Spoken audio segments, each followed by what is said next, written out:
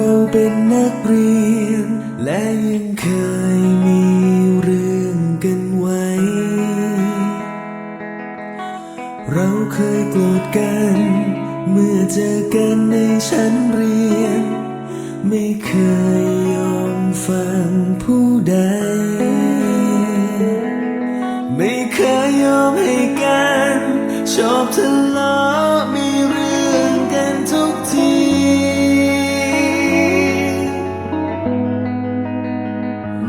จะเป็นไงก็ช่างมันแต่จะให้ยอมแพ้เป็นไม่มี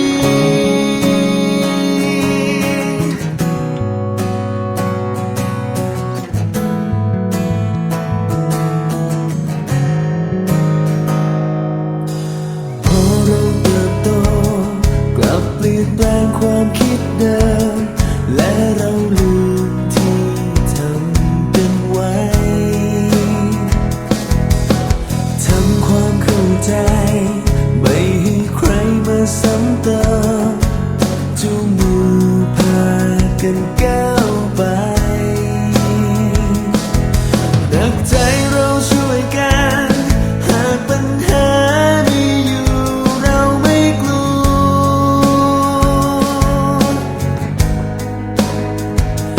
หากว่าเราจะช่วยกัน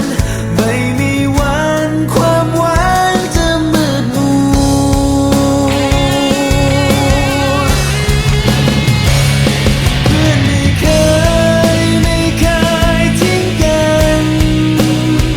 ไม่ว่าความฝันนั้นจะไกลสักเท่าไร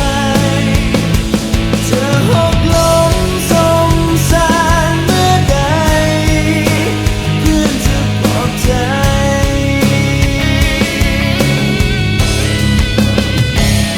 ไม่มีคนที่จะรู้ใจไม่มีใครรักและตามใจเหมือนเพื่อนเก่าจะทำไงตามใจแต่เราเพื่อนเรารักจริง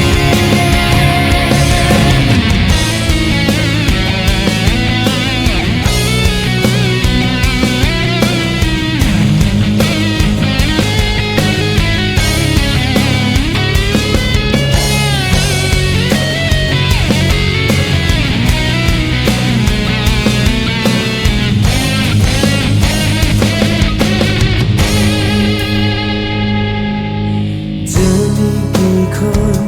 ที่จะเคยมีเพื่อนดีและให้เราทำตามความฝันจะมีกี่คนที่เต็มใจจะร่วมทางและเข้าใจในความสำคัญ